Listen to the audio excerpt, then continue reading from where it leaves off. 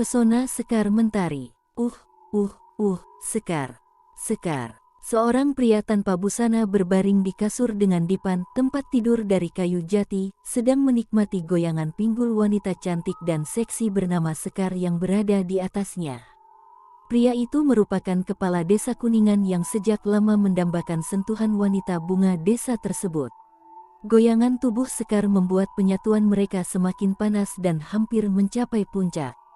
Sekar diperebutkan banyak pria dan sulit untuk mendapatkan cintanya, apalagi tubuhnya. Namun terkadang wanita itu justru memilih pria yang terlihat tidak sesuai secara wajah yang tak tampan. Wanita itu memilih siapa yang akan menjadi partner ranjang dan siapa yang akan menjadi korban. "Maas, suka ndak sama aku?" tanya Sekar dengan lirih menggoda membuat semua pria yang mendengar pasti mabuk kepayang. "Tentu suka, Sekar. Suka. Kalau gitu, nanti gauli istrimu, Mas. Buat dia hamil. Biar dia sibuk kalau punya bayi. Nanti kita bisa senang-senang tiap hari." Bagai kerbau dicucuk hidungnya, pria itu langsung saja menjawab, "Iya, Sekar. Iya, Mas bakal lakukan apa saja demi kamu." "Janji, ya Mas, apa saja?" "Janji." Keluar, Mas, keluar, Sekar." Seru Nurdin yang mencapai kepuasan duniawi dengan Sekar Mentari yang selama ini dia cintai. Sekar turun dari atas tubuh Nurdin dan menatap pria paruhbaya yang masih mengatur napas memburu karena pelepasan. Sekar membaringkan tubuh di bahu Nurdin sambil mengusap keringat yang menetes di dada dan perut Nurdin. "Mas, kalau janji denganku, jangan main-main, ya." "Aku catat janji, Mas." "Iya, Sekar. Aku juga bosan dengan istriku. Apa perlu aku ceraikan dia?" Nurdin justru berpikir untuk bersama Sekar selamanya. "Dak, Mas. Anakmu banyak, kasihan kalau dicerai. Cukup ikuti apa yang aku bilang saja." "Baiklah, Sekar. Asal kamu suka, Mas. Lagi, yuk," ajak Sekar sambil mengelus burung Nurdin agar makin patuh pada Sekar. "Ya Sekar, sekarang aku yang di atas saja." Nurdin langsung menatap Sekar seperti serigala yang lapar menatap mangsanya. Pria itu sudah tidak ingat anak istri karena surga dunia ada di hadapannya. Keduanya berakhir dalam pelukan hangat tanpa busana malam itu. Nurdin tidak tahu wanita seperti apa Sekar sebenarnya. Wanita yang penuh pesona dan sayap pikat magis, tak bisa terelakkan bagi kaum pria. Semua orang mengenal Sekar yang merupakan bidan baru di desa Kuningan yang dikirim dari kota. Tentu saja semua orang menghormati dan merasa tertolong dengan adanya bidan di sana. Maklum saja masih banyak desa terpencil di daerah Gunung Merapi yang sulit akses ke rumah sakit bersalin. Salah satunya desa Kuningan. Pesona Sekar langsung membuat semua pria mabuk kepayang saat pertama jumpa. Cantik parasnya, kulit putih mulus, tubuh ramping dan berisi di bagian depan belakang sesuai idaman pria, serta ucapannya yang selalu membuat hati tenang.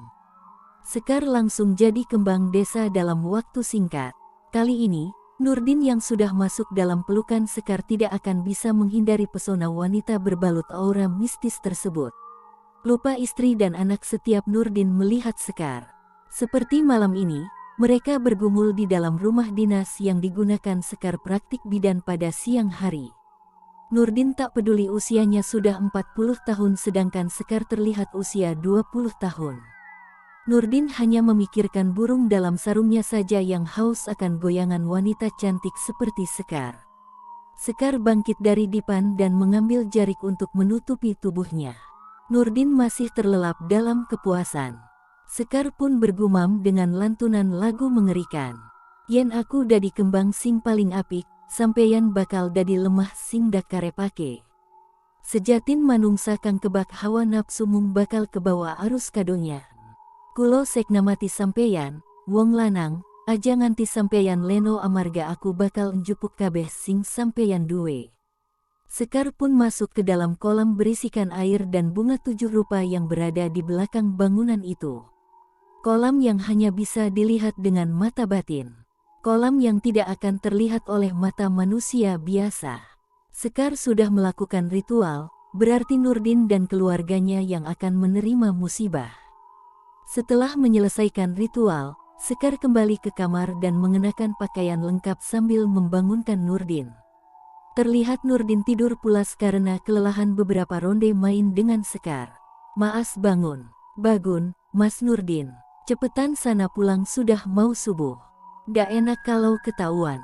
"Ah, iya, Sekar." Nurdin membuka mata dan mengusap dengan tangannya terlebih dahulu. Kemudian pria itu memunguti pakaian dan mengenakan satu persatu. Setelah selesai berpakaian lengkap dan mengambil senter, pria itu pun berpamitan pada Sekar. "Mas pulang dulu." "Ya, Sekar. Besok bertemu lagi." "Besok aku sibuk, Mas. Lain kali saja." Sekar sebenarnya merasa jijik karena Nurdin tidak perkasa dan mudah lelah, hanya demi mengambil korban saja Sekar memilihnya. "Ya udah, ndak apa-apa, Sekar. Lain kali ya." "Ya Maas. Sana pulang. Jangan lupa janjimu, Mas. Buat istrimu hamil." "Iya, Sekar. Iya." "Mas pergi dulu." Janji yang sangat mudah karena Nurdin sudah punya 3 anak, jadi tidak keberatan memiliki anak lagi. Apalagi istrinya juga masih muda dan sehat. Nurdin berpikir benar juga yang Sekar katakan agar istrinya sibuk kalau hamil lagi. Nurdin bergegas keluar dari tempat itu dan menyelusuri jalanan yang masih gelap dengan senter. Wah, Sekar ini memang top, pantas saja jadi kembang desa. Beruntung aku ini kepala desa jadi bisa dapat tubuh molek itu. Kalau gini, janji hamili istri ya mudah. Tinggal bayangi main sama Sekar, nanti jadi istriku hamil. Nurdin menahan tawa membayangkan hal itu sambil berjalan menuju ke rumahnya. Dia berbohong pada istri dan mengatakan kalau jaga malam di pos ronda. Padahal bertemu dengan Sekar dan berbuat maksiat. Pria itu tak tahu ancaman dan bahaya sudah mengintai di depan mata. Bukan untuk dirinya saja, pun juga satu keluarga yang akan menerima akibatnya. Sekar tersenyum, kemudian menyeringai sambil menatap Nurdin yang berjalan keluar dari rumahnya sambil membawa senter. Wajah cantik wanita itu berubah menjadi mengerikan saat berkata, "Dasar pria goblok. Nafsu saja yang gede tapi burung seperti emprit. Sudah jelek, tidak setia, bodoh pula. Apa yang warga sini lihat sampai pilih kamu jadi kepala desa? Lihat saja, aku akan buat hidupmu susah, Nurdin." Hahaha. Sekar sangat membenci pria tidak setia, apalagi bagi pria sudah berumah tangga dan memiliki anak. Masa lalu Sekar yang begitu kelam membuat wanita itu menjadi pengabdi ilmu iblis. Sebuah ilmu yang tidak sembarang dipelajari oleh wanita. Ilmu yang membuat Sekar terus awet muda, cantik, menarik, dan tidak tergerus waktu dan zaman. Firasat buruk. 3 tahun kemudian, Jakarta 2018, sebuah universitas swasta. Seorang pria tampan dan memesona turun dari motor sport warna hitam yang terparkir di deretan motor keren lainnya. Doni namanya, anak konglomerat dan jadi salah satu mahasiswa keren di sana. "Doni," seru pria yang tak kalah kerennya. "Heh, Reno, tumben lu udah sampai kampus." Doni langsung menghampiri kawannya. "Lah, gue kan emang rajin. Gak macam lu." Hahaha. Reno berwajah tampan, hidung mancung, tinggi, dan pintar. Beda dengan Doni yang nyaris sempurna, hanya saja tidak terlalu pintar. "Dih, dasar lu ini. Mana si Radin?" Doni menengok kanan dan kiri mencari satu lagi kawannya. 3 serangkai robot adalah julukan mereka. Reno, Radin, dan Doni menjadi mahasiswa favorit di kampus itu. Radin lagi gombalin si Fani, tuh. Katanya biar mau jadi satu tempat KKN minggu depan. Dasar buaya kampus. Heh, lu juga kan? Reno dan Doni bercanda serta tertawa. Mereka berdua berjalan menuju ke ruangan untuk mata kuliah pertama. Beberapa saat kemudian Radin menyusul bersama Fani. Fani merupakan salah satu mahasiswi populer di kampus karena wajah dan tubuhnya sempurna seperti artis Korea ala girl band. "Tumben kalian duluan?" tanya Radin yang duduk di samping Fani di depan Reno dan Doni. "Iya, kita mau ajak lu ke registrasi ke dosen yang mendaftarkan KKN biar bareng tempatnya," ujar Doni mengajak Radin. "Yoi, gue ajak Fani juga ya." Berapa teman sih? Radin setuju satu tempat KKN dengan teman satu klubnya. Kurang satu berarti soalnya satu kelompok 5 orang, jawab Reno dengan santai. Boleh ajak Winda aja, usul Fani. Boleh, sahut Reno, Radin, Doni bersamaan. Kelima mahasiswa-mahasiswi itu sudah terkumpul. Mereka siap mendaftarkan diri ke tempat KKN yang bantu akan diberikan oleh dosen.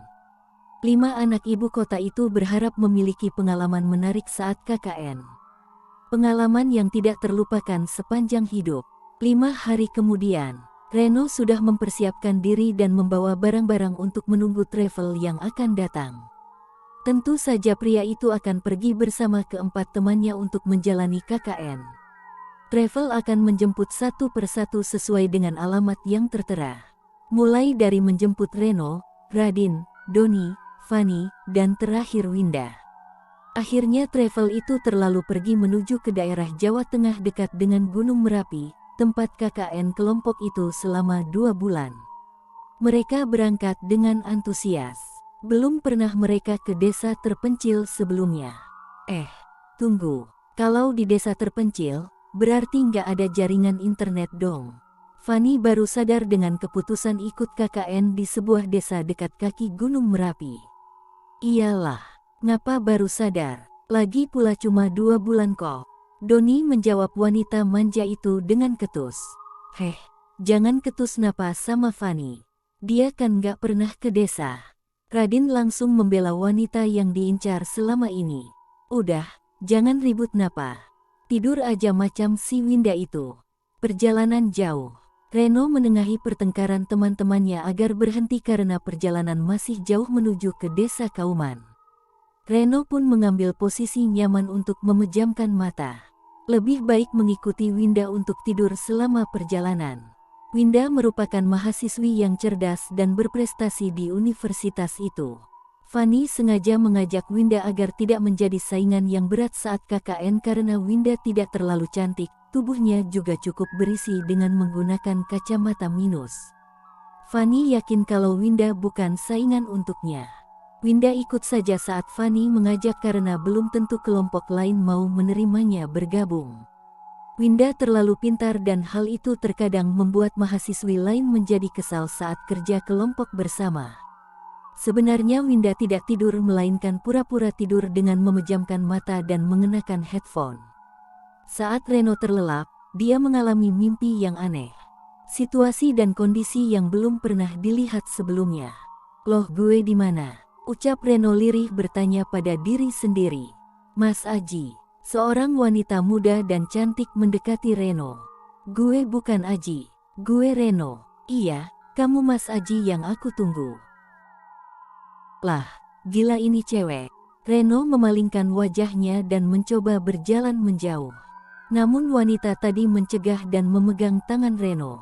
Wanita itu yakin kalau pria di hadapannya adalah Setiaji Sugiarto yang selama ini dinanti. Mas Aji, mau kemana Mas? Takdir pasti akan membawa Mas menemuimu. Cepat atau lambat, dasar gila. Reno menghindar dan menepis tangan wanita itu.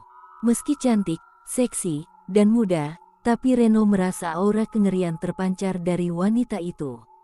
Niat kulo Mas, ngenteni sampeyan. Yen sampeyan noleh, kulo ora bakal melayu.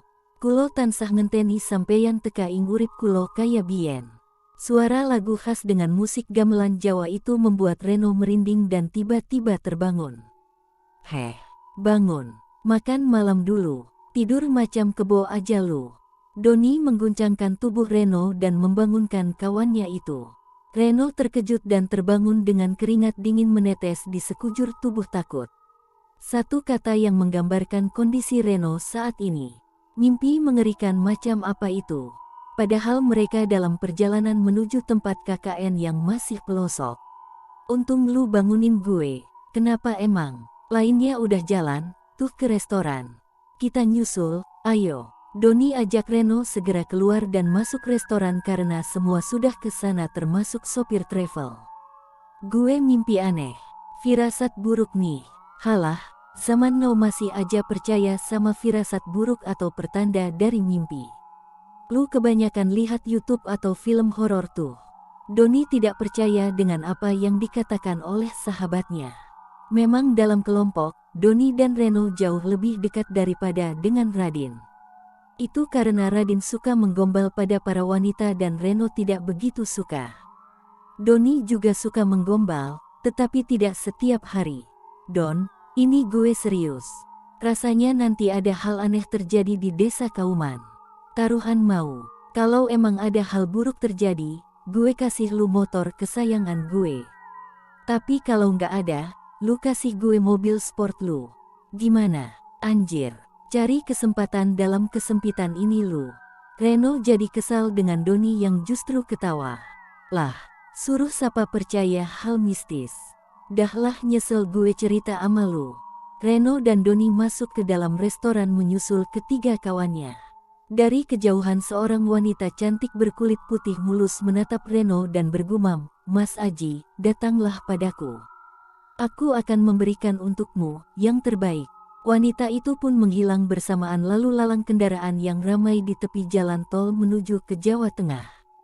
Reno tak tahu kalau sedang diawasi makhluk yang tidak bisa disebut manusia.